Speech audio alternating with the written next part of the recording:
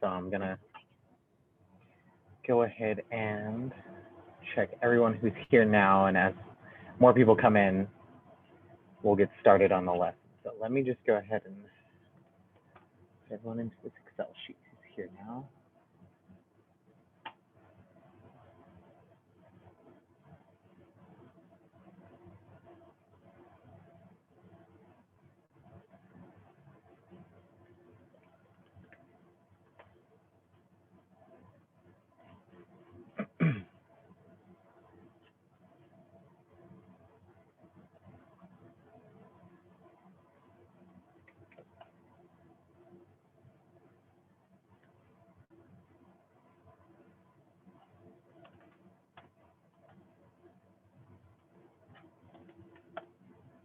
And if you have any questions while I get started here, feel free to either speak up .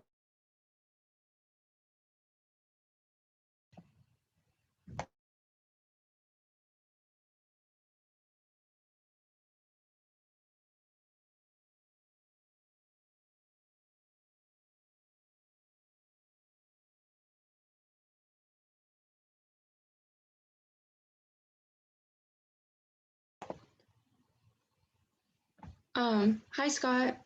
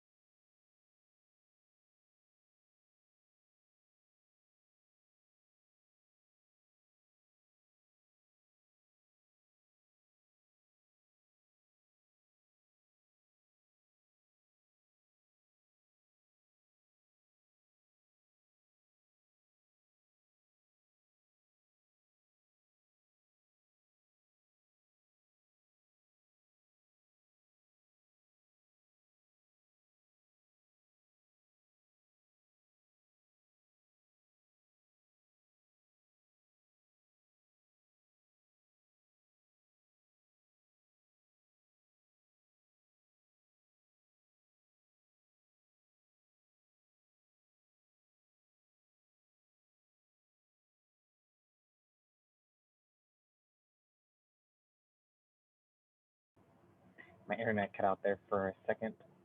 Finish this up here.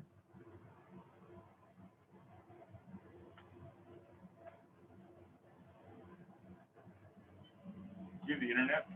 It just cut out, but it just came Oh, back. did it come back Yeah, on? yeah, it's back Okay, on. good. Okay, good. Sure.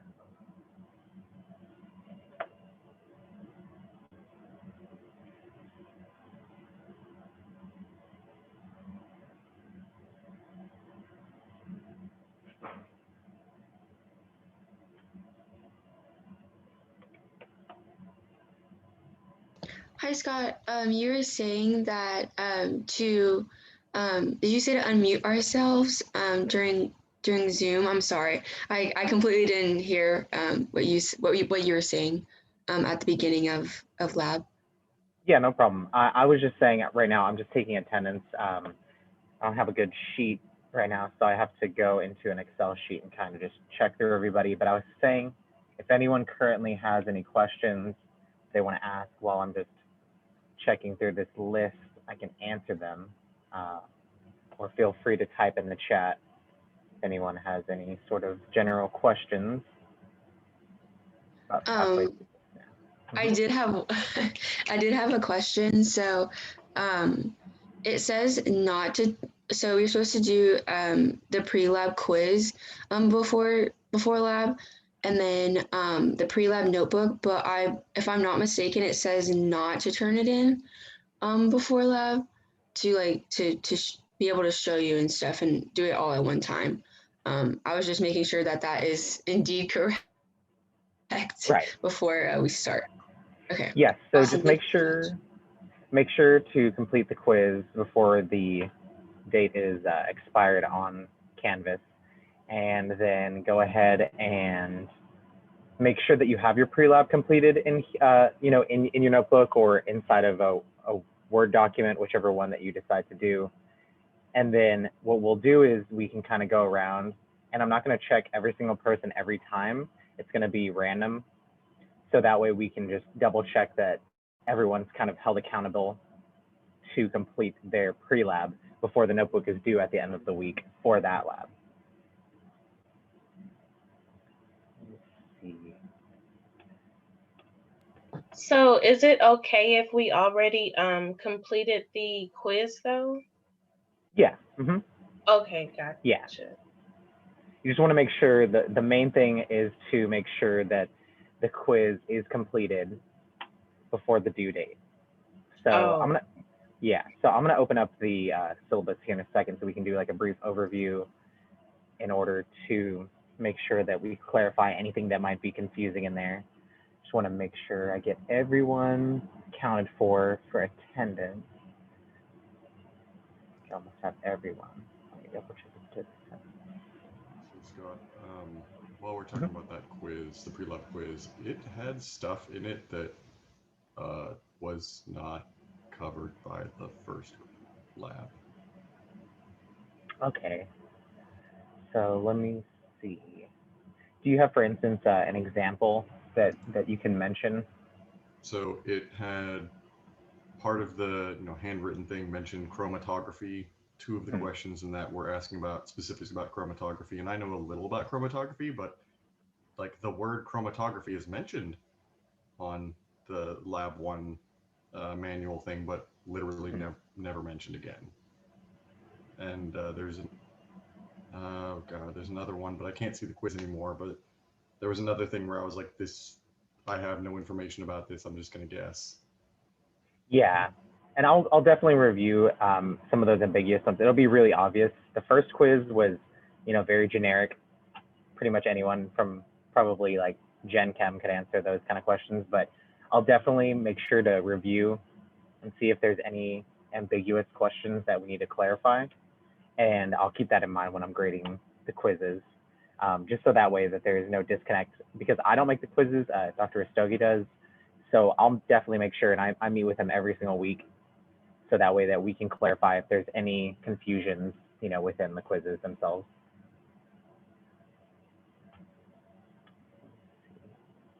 All right, thank you. Mm-hmm. I think I have pretty much everyone here accounted for. So we can go ahead and get started. And first thing we want to do, I'm going to just mention quickly that, so the first quiz, we had 2 attempts. This one, we have 1 attempt. And from now on, I was informed that we will only be having 1 attempt per quiz. So just wanted to let you guys know to make sure, review your information as well as possible, so that way that you can make the best grade on that. Let me go ahead and share the syllabus. Okay, so let's go ahead and go through briefly, just because most of it is generic information. Dr. Stogie is the official coordinator of the lab, and I am Scott Barrett. I'm a master's student here in chemistry, study organic chemistry and do research under Dr. Britton.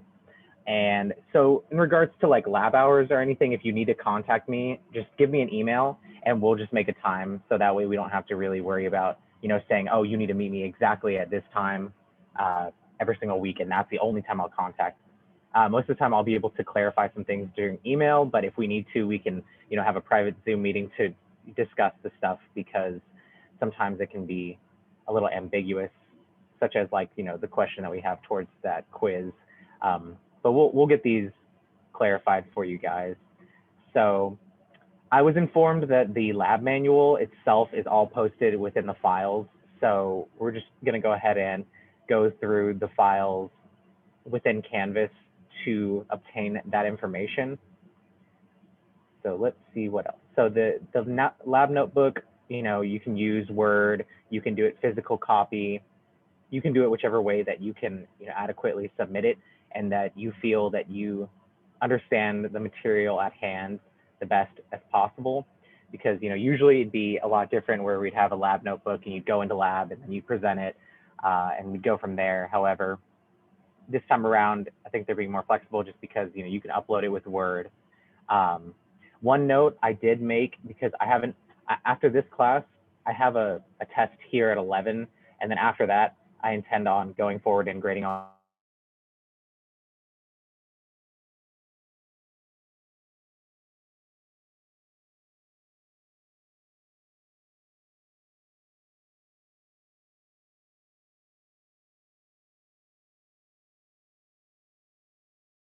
all of the lab notebooks.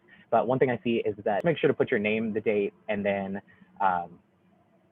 and the lab section, just so that way it's a formality, just like if you were, you know, completing a paper in class. Scott, you just dropped out for like 30 seconds there.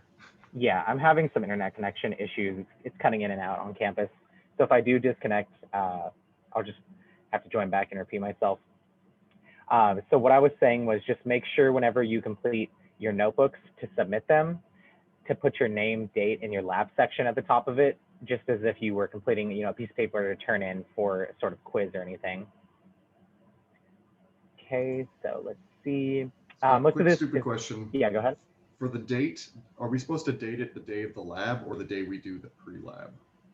Either or is fine. Primarily, you just want to make sure that it's you know, labeled as if you were going to turn it in. So if you complete it, let's just say you completed it today, the 2nd. So go ahead and put the February 2nd or the day it's due. Either one's fine. It was a little nitpicky, and personally, it doesn't really affect me too much as to, you know, if you put a date, I can see when somebody submits it. Mm-hmm. Just make sure to put your name and your section, and then the date that you complete the notebook whenever you submit it. Okay, thank you. Mm-hmm. Most of the stuff on here is not very applicable because, you know, we're not in person. So just try to be in attendance during these lab sections, and a lot of it will be just be review to kind of try and help you guys understand the material a little bit better. So, you know, and then in regards to like wearing the mask and everything, if we need to meet, we're going to meet in Zoom. So we don't really have to worry too much about these situations here. So this is just more information on where to access all of the data. The attendance, you know, I'm going to call on a couple students today to look to see if you guys had, you know, completed your pre-lab, and mainly the attendance is showing up, you know, being here.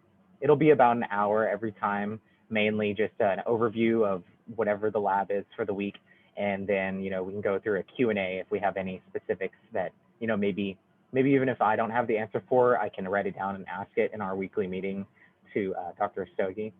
So let's see, go ahead and go down. So the main thing that we need to make sure to do is read your experiment firstly. That's going to be your biggest thing, and watch the videos that are within the module. And then make sure to complete your pre-lab quiz and complete your pre-lab notebook. So that way, if I call on you to check on your notebook, that you can just, you know, pull it out or pull up your screen and screen share for me to show the, you know, Word document that you completed for your pre-lab. Then, so, you know, on the lab day, we'll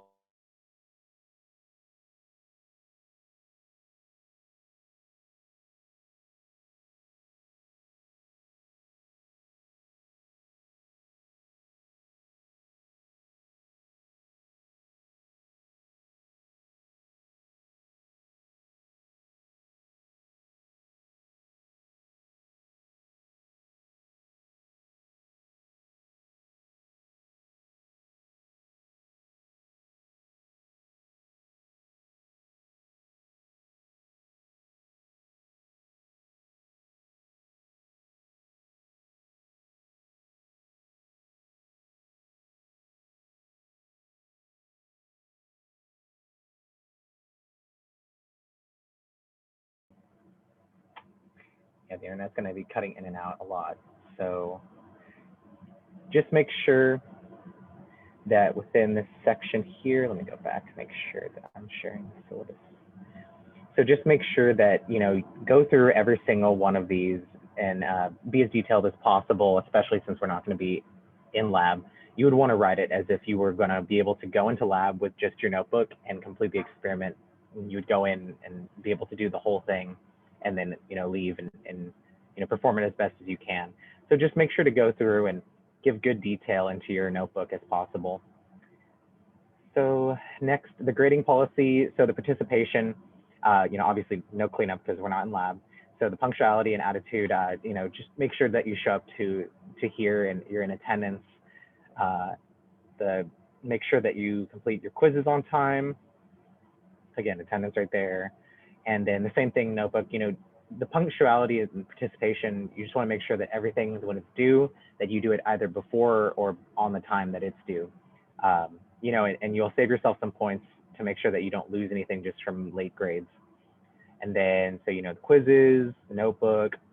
So the ChemX discussion and poster, we'll discuss that further as that comes closer. And then your final exam online, you'd want to just review all of your notebooks, all the experiments, and it'll be a good overview. Basically, it'd be the same thing as if you were inside of a lab and you'd be performing the final exam. There would just be a full review of all the experiments we performed. And then if you want to, at the end of the year, as we come closer to the end of the semester, to do the extra opportunity, you would go forward to do a second of the ChemX experiment situation. So we'll discuss that further as we come closer to that, so that way I can give you guys a more in detail explanation of exactly what we'll do for that. So just remember to put the date on your calendar that our final exam will be online, and the exam will be 150 minutes. It'll be through Examview, Zoom, proctoring, and just make sure that you follow all of the situations here. Study as hard as you can and do the best that you can on the exam. Make sure to use the grading rubric to look forward to see what your grades are. Every little bit counts, and this exam will not be the make it or break it for you. It'll be the amalgamation of all of the effort that you put in the class. And that's a good rule of thumb for all of your classes. Do the best that you can all year, so that way you're not scrambling to try and make 100 to make an A on the exam, and an A in the class. So for us, Group C, you'll want your either your Texas State ID, your driver's license, or a passport. Then the cell phone can only be used as a scanner. It could be used in the exam proctoring, and then again, 2.5 hours, 150 minutes. So this is what it'll look like here whenever you are performing your exam. It'll just be a camera to make sure, because obviously we're not in person, that you're not utilizing any resources during the exam to try and cheat. And then this is going to be the grade scale. So let's see, we've already passed Martin Luther King Jr. Day. We will not be meeting during spring break. Please remember that. Every other week, we will be meeting at this time, 9 a.m. on Tuesdays. But otherwise, on spring break week, we will not be meeting. So just remember that week, and I'll send out a note to the week before, just so that way people don't pop in and get confused. Let's see. Yeah, participation again. Show up, ask questions if you have them. We don't have to worry about any sort of like checking in, checking out of Glasser. So a lot of these we don't really have to worry about, because most of them are not applicable to us because we're not in the lab. But if you have any particular questions regarding the syllabus, always feel free to reach out and ask me. You can also, if you don't want to speak up with the microphone, you can type it in the chat, and then we can discuss it for everybody. Because if you're thinking about it, then most likely somebody else is thinking about it. And I know sometimes it can be a little daunting to have to turn your mic on and talk in front of a whole group of people. And so if you want to see an overview of your grade, then you can use this one on page 15 of your syllabus in order to, do a rough calculation. Yes. So basically, I noticed in the system that the grades automatically upload after you take like a quiz or do an assignment, and some of them have a lot of like short answer type of questions. Do you manually go back and do those, or is that automatically graded as well? Yeah, so every time that it's automatically graded, I go in and then I have to edit the grades and review them. So all of the ones that are short answer, I think some of them registered I saw for some people, but most of them I have to go in and edit themselves. And then if you have any further questions after the grade is finalized and it's been probably about a week and it's still staying the same grade, then we can discuss further regarding the questions that you possibly may have missed. Some of the ones on the safety, they were a little ambiguous, so I made sure that everyone got their points for the very, weirdly phrased ones. But some of them, they're pretty important, and I saw that in review, some of them people were confusing the sharps bin and the broken glass bin. So in lab, what that would look like, there is explicitly a red bin that is only for needles. So that, yeah, people would want to make sure that you would put the needles into that. However, the broken glass, that's only for stuff that is broken glass or glass pipettes. Those two things are very distinctly different because you never want to put a needle into the wrong bin, especially if it's a needle that had been used with some sort of chemicals. So it's very specific things like that.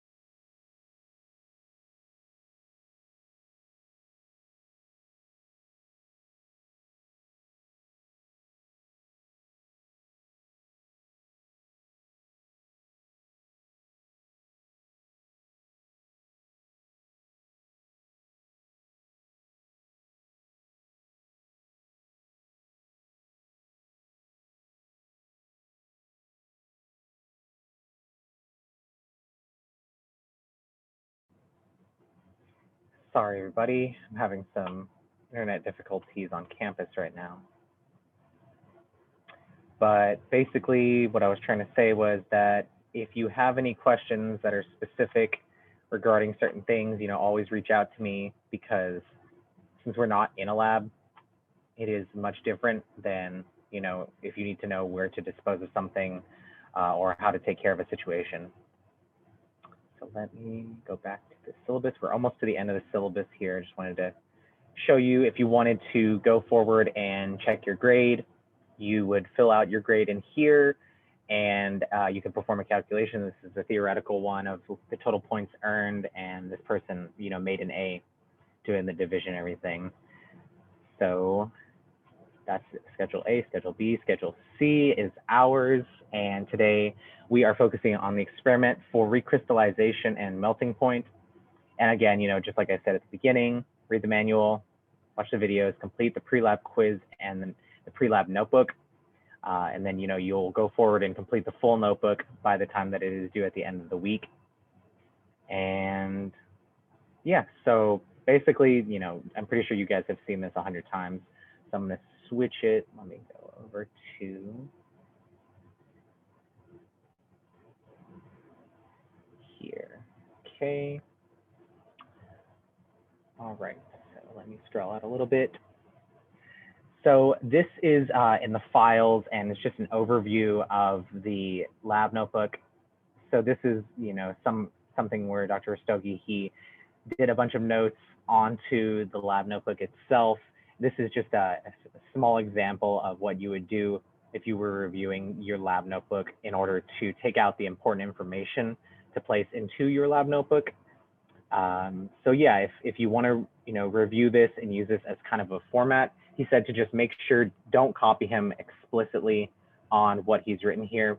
Everything, let me switch my window back over to the other one. Show you guys where it is.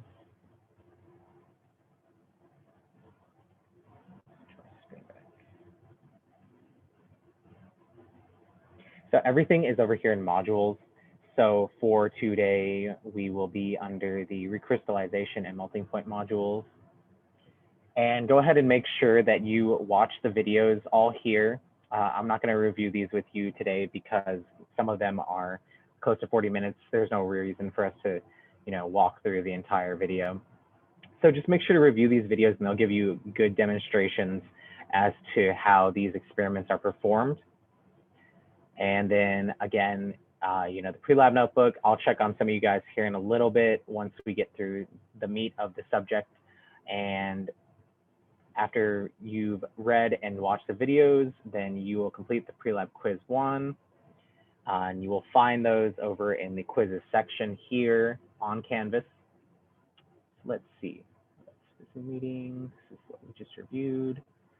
So we can go ahead and go through this. Let me make sure. Okay.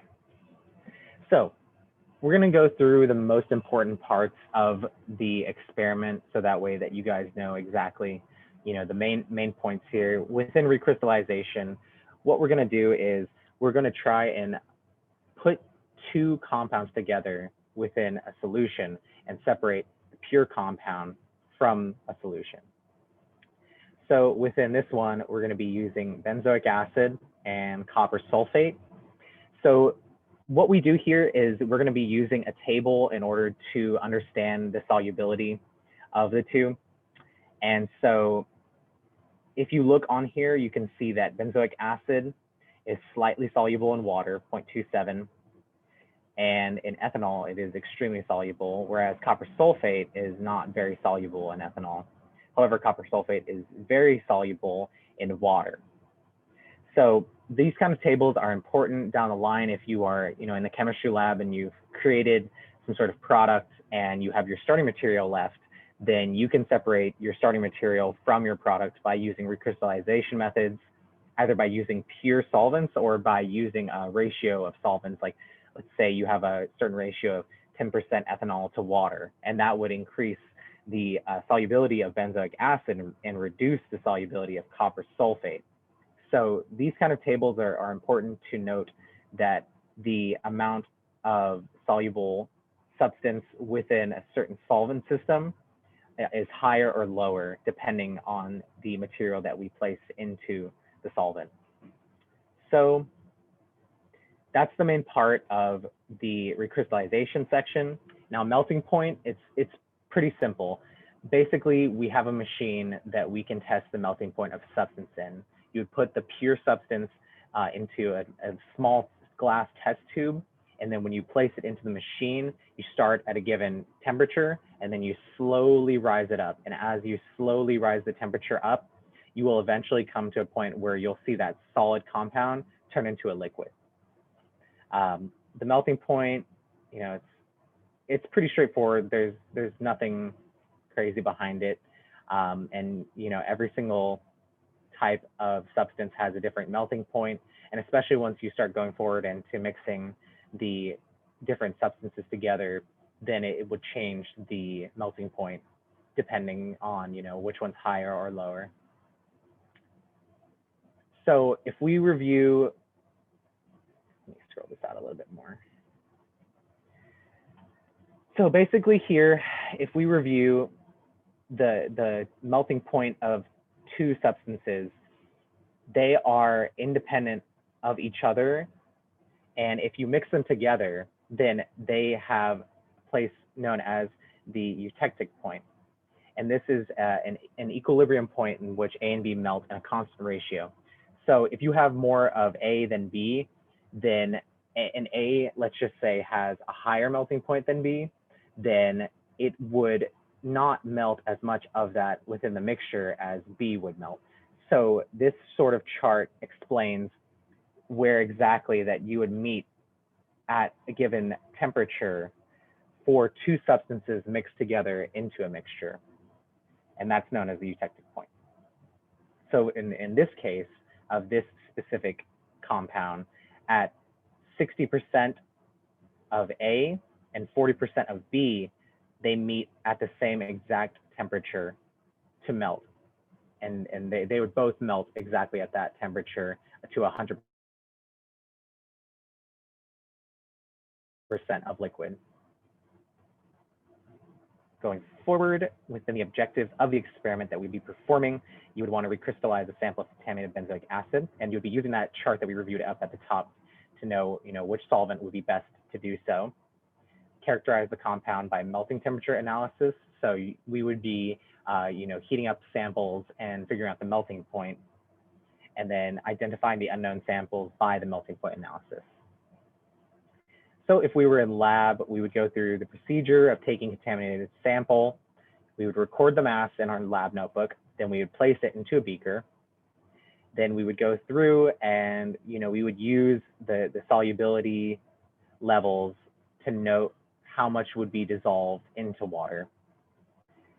So you would perform the calculations. And again, you can always review Dr. Stokoe's little write-up within files on Canvas for this specific procedure, just so that way that you can get a little bit more of a visual representation of what's going on, because this is all words. So you go forward, calculation until the solid is completely dissolved. And so whenever you're heating something, it becomes more soluble. It'd be like if you put salt into cold water, it wouldn't dissolve very well. But if it was very hot water, the salt would go into the solution very easily. And then after it's dissolved, then you prepare an ice bath. And this is going the opposite way. So you have something dissolved completely into the water.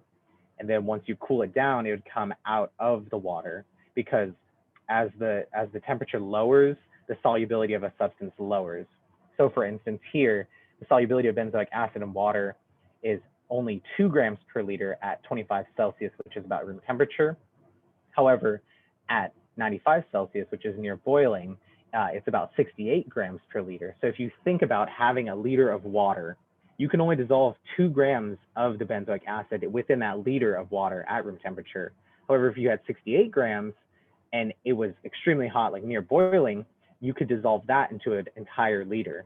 However, when it cools down, then slowly your benzoic acid would start to come out of the solution. So going forward, this would be the way that we would start to prepare it. We would perform a little scratch at the bottom of the beaker with a glass rod to start getting crystallization. And crystallization would be that the benzoic acid would start to come out of the solution and start to crystallize out. Let's see. Yes, the Zoom recordings will be posted. So let's see. Going forward, and a solvent, dissolve crystals. So once all of the crystals come out of the solution, then we would use vacuum filtration, kind of like in here where he's showing all of the crystals came out of the beaker. Then you can run it over a vacuum filter, and you would have all of your crystals nice and left on top of the filter paper. And you would always want to record the mass of the filter paper before you record the filter paper with the substance on it, because you're starting with a certain mass of that paper. And it might be a small amount, but that depends, or more to say, it is very critical to have that mass before, So that way that whenever you have the mass afterwards with the crystals on top of it, you can subtract that initial amount and then get the total amount of the crystals that you had obtained from this. And of course, you would want to air dry and then oven dry on a watch glass, so that way that you remove all water from the system, because you don't want to go over to the scale and then be weighing a wet, wet crystals and then get misinformation. It might even give you an actual yield that's higher than your theoretical yield, and that doesn't actually make any sense. The answer there would be that you have some water left over in your crystals. So yeah, basically going through all of that, review the drawings and review your lab notebook regarding this situation. I know it's a little difficult to comprehend sometimes because we're not actually in a lab and I can't physically show you how to perform this experiment. But if you have any particular questions, feel free to either speak up or type in chat if you need a little bit of clarification as to what's going on. So going into part 2, obtaining the melting temperature, you would take a sample from part 1. So we would have done this in lab. We take that, and then we will go ahead and take capillary tube, which is a glass vessel that I spoke to you about, and you would put your crystal into the capillary tube. You'd place your capillary tube into a machine, and the machine slowly ramps it up, kind of like you're heating food on a stove. And then you would look into an eyeglass that where you can see the crystal, and as the temperature slowly goes up, you'll see the crystal start to disintegrate and turn into a liquid. So please make sure to use the data table here, and you can either draw it out into a notebook or you can make it into a Microsoft Word document and use this formatting so that way that you can make sure to fill out each section correctly. And the data given for the melting temperature will all be inside of the files given for our section. So make sure to go through and complete the full data analysis here, and then you will be pretty much done with this experiment. It's a very easy experiment, very simple. And yeah, so let me go back and come back here, take you guys over to the files section. When we go forward and we go into more of like the reactions, then I will go into a deeper analysis. Maybe I can write up a little mechanism for you guys so you guys can understand what's going on within the reaction itself. This one's very straightforward. You dissolve some substance into some water.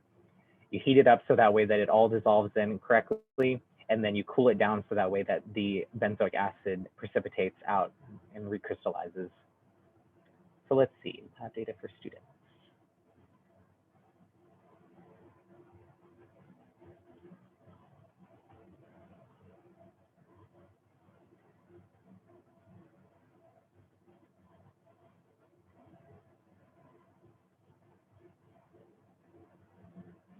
Okay, so I'll go ahead and share my screen really quick. So whenever you go into files here, you'll go over into lab data for students, and then we go ahead and click the first one here. It'll be data experiment 1, recrystallization and melting point. And then if you look here, every person will receive the data here. So just make sure and go ahead and look at your name, and then you'll scroll across and you can find the melting point of your benzoic acid, melting point of unknown 1, unknown 2, unknown 3, and unknown 4. And then this is the examples of sample that you were given, the water you had to use, the filter paper weight, and then the filter paper plus the product. So if we were in lab, it'd be very critical for us to weigh this filter paper. For instance, one person here has one that's 4.2 grams. However, another one is 3.2. So you see that 1 gram difference right there can really make a difference if you're calculating and you come up with an incorrect number. It can throw off your yields. If your name is not on here, then I will contact Dr. Rastogi right after this to make sure, because yes, I'm currently seeing, let me check to see your last name. Okay, yeah, I don't see you currently on here, so I will contact him and make sure that we can clarify this, and I'll get you that data. So let me go ahead and write that down really quick to a notepad.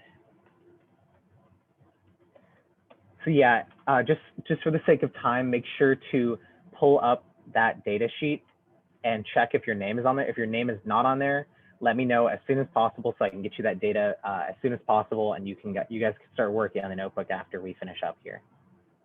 So let me see on my notes to see what else.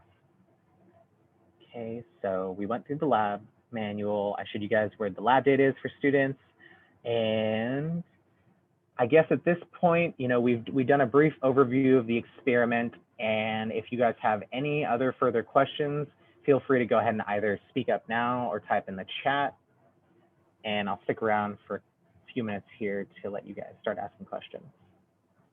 Quick question. So just to clarify, the lab notebook assignment, is that the same as like when we fill out the data table and the data analysis, like all the questions at the bottom of the sheet?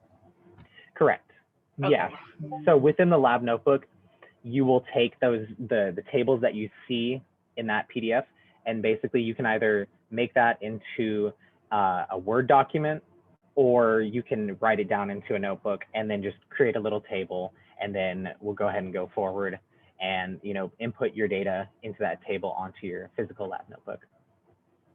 Thank you. Okay, let's see. Okay, for anyone who does not have their name on there, I'm writing down your name now. Where can we find our group number? Let me see really quick.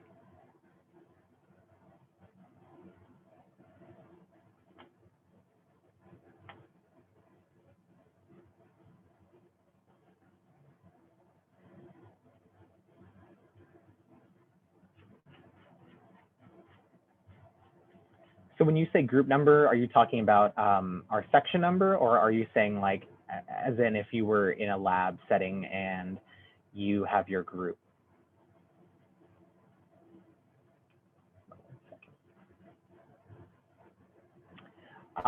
So according to the sheet, I'm not seeing on the data sheets, I'm not seeing that we have a particular group number.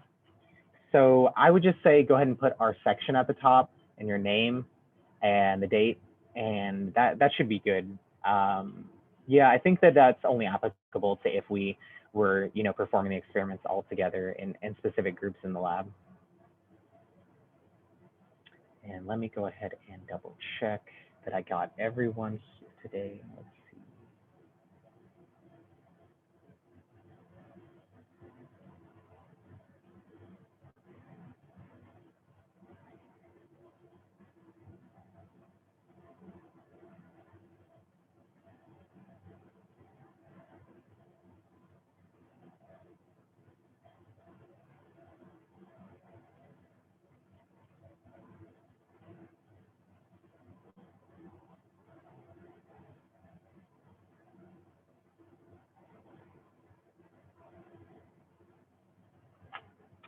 Okay, so now at this point, I'm not seeing any questions popping up, so I'm just going to call on a couple people really quick.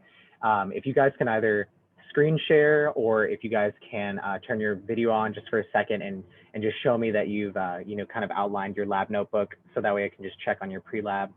So first, I'm going to do Jordan Bofetiato. I'm going to go ahead and ask you if you can either screen share, Jordan, and show your pre-lab notebook, or if you can show me a video really quick of your notebook.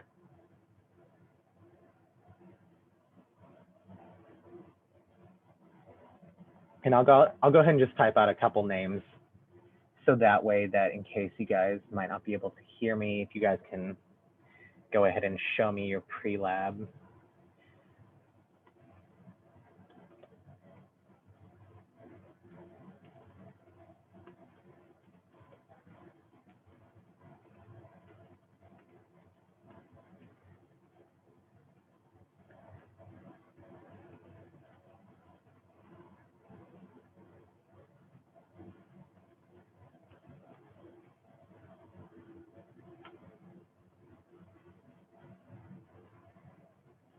Okay, so everyone here that I just listed, please go ahead and share your camera for a second, or share your screen, and then that way I can check that we have completed our pre-lab notebook.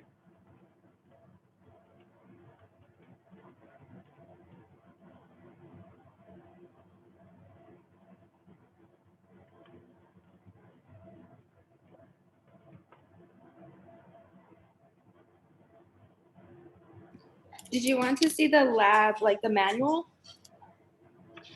So just the notebook itself, if you can just show me the pre-lab that you had written down. Okay, well, I just highlighted stuff on my lab notebook. Okay, so for the previous notebook that you did you do it online? Yes. Okay. I think so. Okay. It's saying that the screen sharing is disabled. Oh, okay, hold on, let me see. Do you guys know by chance how to edit it to multiple? Okay, I think that's allowing it now. Go ahead and try.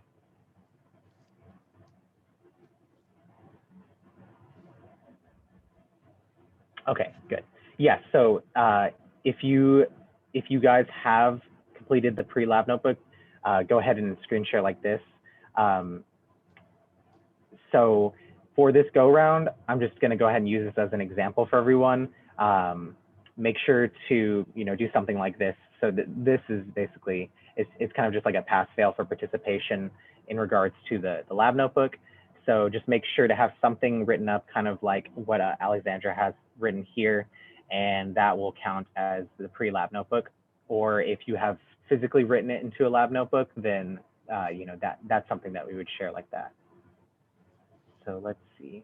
Okay, so Brittany, you're good. Let's see. Okay, Jordan, thank you. That's great. It's good. Okay, so let's see.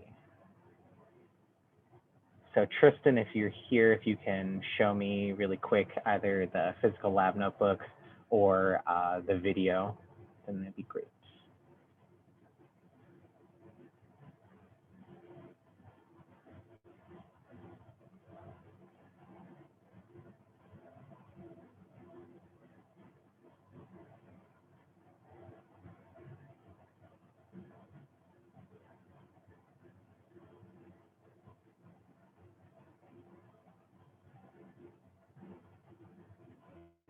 Okay, so let's go ahead and let's take this as a lesson since everyone's here today, and we'll go ahead and go forward because Dr. Rastogi did inform me before to kind of use this as like the trial and error week. Make sure that when you come to lab next week that we have all of our pre-lab notebooks, as you saw from the people who were screen sharing. Just have a basic write-up, show what you would be using within the lab, and then just a very starting foundations, either physically written down or into a Microsoft Word document, and then we'll be good to go. So let me just triple check that I got everyone's name written down so nobody's marked absent on participation here. And then if anyone has any last questions, go ahead and feel free to type into the chat, and then I can clarify that. Let me make sure that I have everyone attended. Is there a specific formula for us to find the mass of the recrystallized product? So the formula, let me check in here of the data.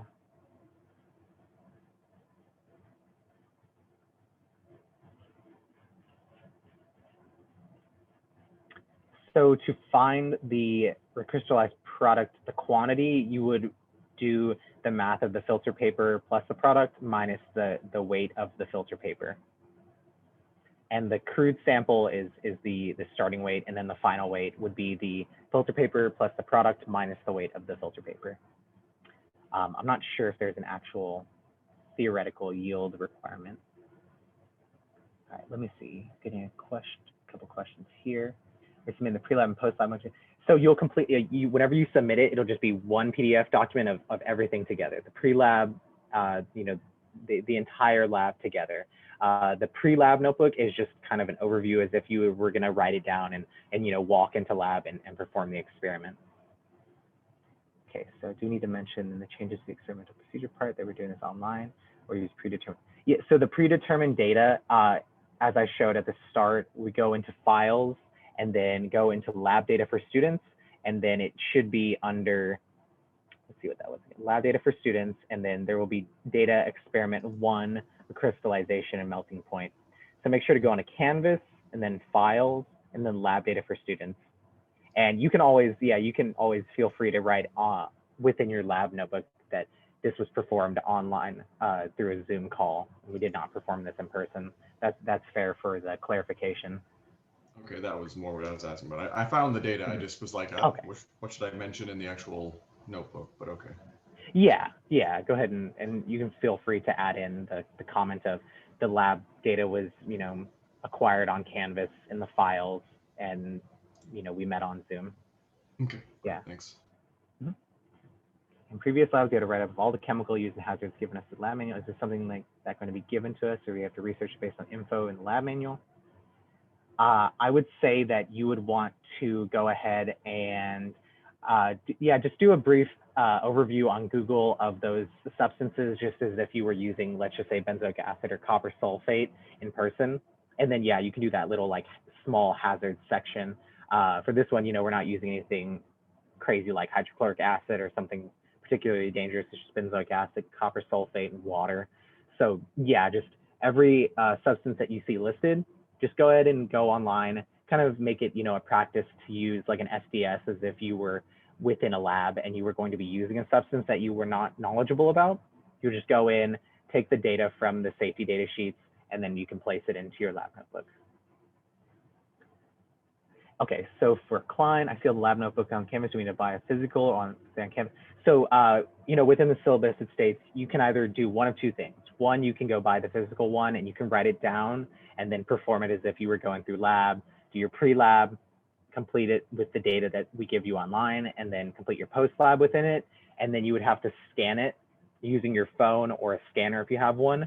Or option two would be to go forward with Microsoft Word and then kind of format it like the way that like Alex was showing earlier, where they had everything written up on the Microsoft Word document, and then you would put in your data and have that be your notebook. So you can either buy the physical one and do it in there, or you can do it into Microsoft Word, and that'll count for this semester for this class.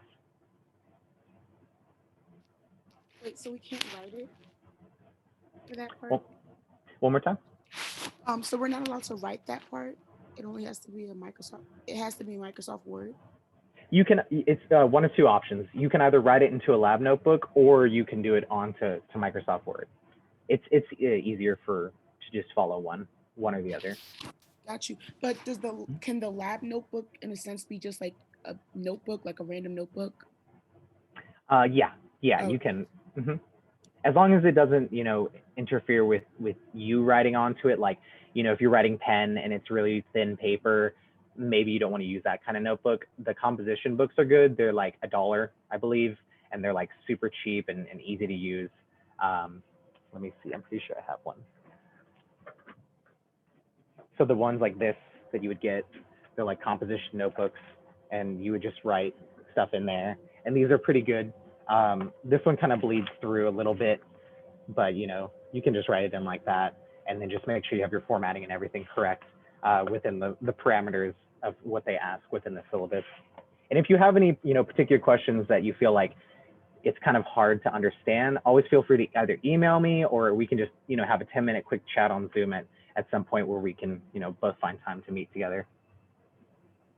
Hey, I'm sorry, my Wi-Fi cut off a little, but when someone asked about the post-lab and the pre-lab, like, are we sending it all together to you and submitting that as our lab notebook, or is it just the post-lab?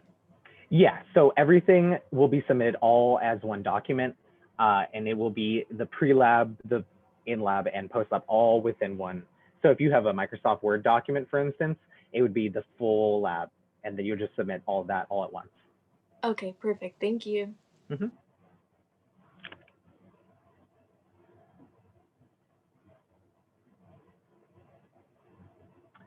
Alrighty, so it looks like things are slowing down here. Does anyone have any last minute questions before we go ahead and close up the session? Yeah, so I'm looking at the part 2 melting temperature section. It looks like there are blanks for 5 unknowns, but we only have 4 unknowns in our data. Oh yeah, let me take a look at the data real quick. Because there's benzoic acid and then unknown blank, blank, blank, blank, blank. Okay, yeah. So I would go forward within your data analysis to, do the benzoic unknown 1, unknown 2, unknown 3, and unknown 4. And then, yeah, you can remove the next portion, because, yeah, that's all the data that's given to us for this one. Okay. And possibly stupid question, but I mean, we're not doing anything with that data. We're not like doing any math with that data. We're just essentially taking those from the Excel sheet, aren't we? Am I missing something? Yeah, so we just take it from the Excel sheet and then go forward into the data analysis section. Let me reopen that really quick, so that way I'm on the same page as you. So within the data analysis, let's see. Yeah, so I mean, it looks like right here that the data analysis, I think it's a formality. It would be as if we gave you unknown 1 through 4 in the lab, and then you took them individually and you tested each one. I think it's kind of just, you know, performing the practice, so that way that you have a kind of a brief overview of this. It's, you know, it's really difficult. It's really difficult right now for us to replicate the steps of what we would do in a lab. So yeah, just answer the data analysis questions as they're given there, and you know, fill in the tables for section unknown 1 through 4, since that way, because we don't have an unknown 5. All right. Sounds good. Let's see, there was another. So I know we have to use a % recovery, or we're supposed to have that as a calculation, but I'm not sure where we're actually. Oh, hey, it's number 1. I can't read. Never mind. Sorry. No problem. Okay. I think that's all the questions I have. Okay. Yeah. And guys, always feel free to reach out. You know, we have, you know, particular questions that we might be like, oh, this kind of sounds stupid, but, you know, as they say, there's no stupid questions. It's better for you to ask the question to me and clarify it, so that way you're not just, you know, kind of confused and held up and anxious. I've been there hundreds of times. I've done handfuls of labs. You know, it can get confusing, but always feel free to reach out to me. Email me or ask if we can meet up in a Zoom if you can't explain it over email. Sometimes it's hard to, you know, explain things out over text, but, you know, if you work with me, then I'll work with you and we can get to the finish line together. So, all right, looks like that we don't have any further questions here. So I'm gonna go ahead and end the session for today. Thanks everyone for coming. Feel free to reach out to me if you have anything that you need to clarify. And I hope that you guys have a great day. Thank you. Yes, sir, you too. You. Thank you.